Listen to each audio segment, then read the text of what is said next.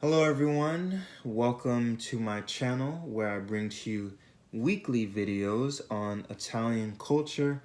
My name is Ronald from Orlando, Florida, and today I would like to talk about one of my favorite Italian poets, Dante, and in particular, his poem, The Divine Comedy.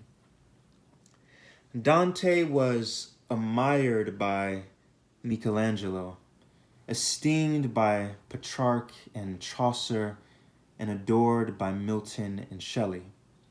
As Harold Bloom once asserted, Dante excels all other Western writers in cognitive acuity, linguistic energy, and power of invention. This makes me recall the words of T.S. Eliot. Dante and Shakespeare divide the world between them.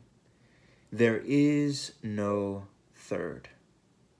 And truly, Dante is a master poet. And as I was studying the Divine Comedy about a year and a half ago, I was struck by its intricate beauty, its masterful structure, and use of literary allusion. If you were to ask me, why did you start studying Italian? I would simply reply, Dante. I was impressed with how Dante used structure to express how God descended into darkness, that we may ascend to light, and how the Christian life is a pilgrimage. In 2nd Exodus, led by a new and greater Moses.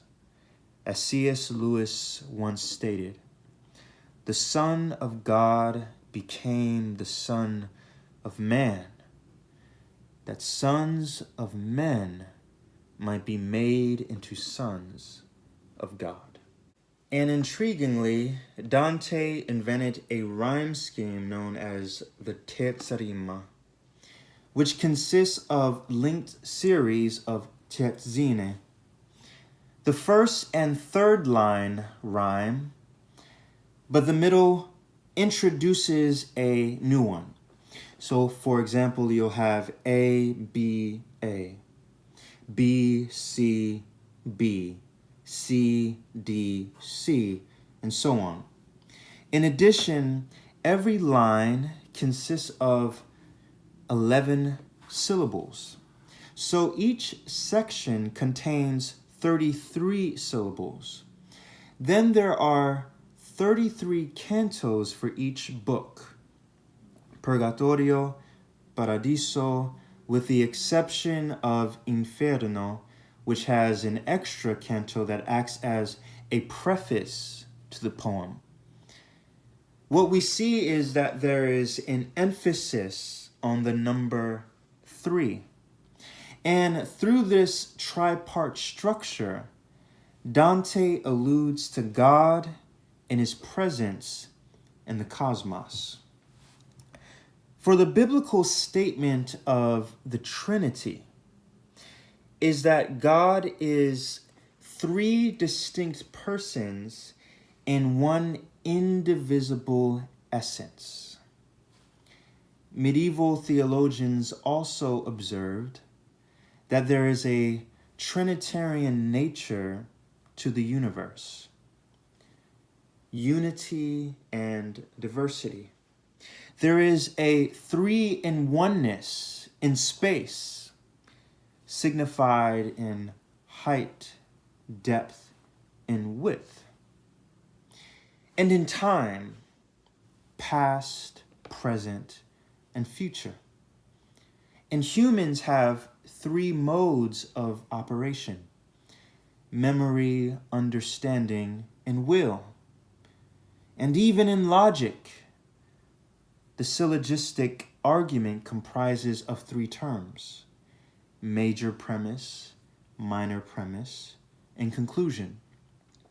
As a result, Trinitarian theology permeates the Divine Comedy to signify the presence of the divine. And furthermore, the Divine Comedy is a movement towards God, from exile to restoration, from darkness to light.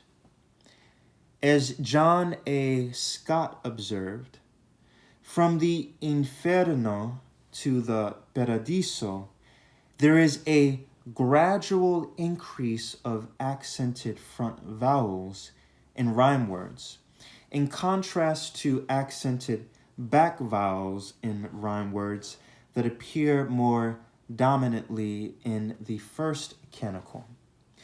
This technique is in accordance to the traditional medieval view that front vowels tend to express light and joy, whereas back accented vowels express darkness and oppression.